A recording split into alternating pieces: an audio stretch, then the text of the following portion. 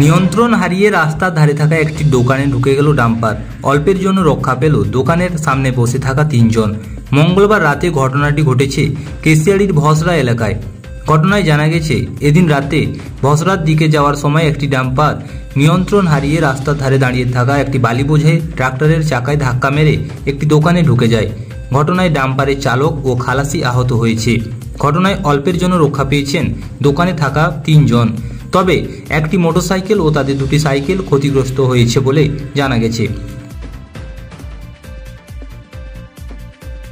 প্রত্যক্ষদর্শীদের দাবি, গাড়ির চালক সুস্থ অবস্থায় ছিলেন না, মদ্যপান অবস্থায় ছিলেন, তাই এমন দুর্ঘটনা ঘটেছে।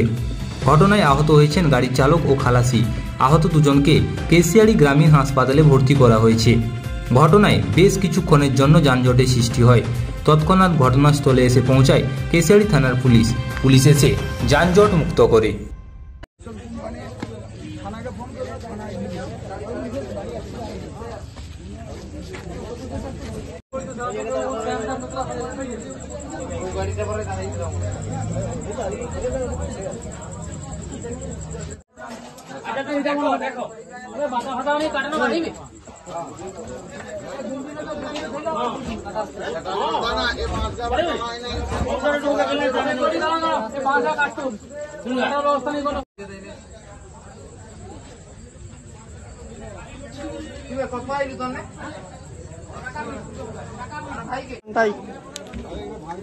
ওইখানটায় শব্দ হলো, এখানে দোকানে 5-6 লোক বসে আছে।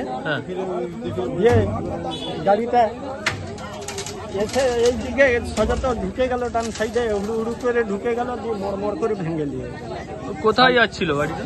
গাড়িটা ওই দিকে বালি আনতে যাচ্ছিল ভসরা। দিয়ে এখানে ঢুকে গেল হঠাৎ ট্রাক্টরে মেরেছে, দিয়ে এইখানে পেটে ঢুকে গেছে। কি ক্ষয়ক্ষতি কি হয়েছে? ওই যে মোটরসাইকেল, সাইকেল, ঘর। কারোর কি প্রাণহানি কোনো হয়েছে? না, প্রাণহানি হয়নি, সেখানে দৌড়ে বেড়ে গেল ওরা। কোথায় ঘটনাটা কোথায় ঘটেছে? ওইখানে অল্পের জন্য কি বেঁচে গেল? হ্যাঁ। কি নাম আপনার? বাদল ভূঁইয়া। হ্যাঁ, বাদল ভূঁইয়া। বাড়ি ভসরা।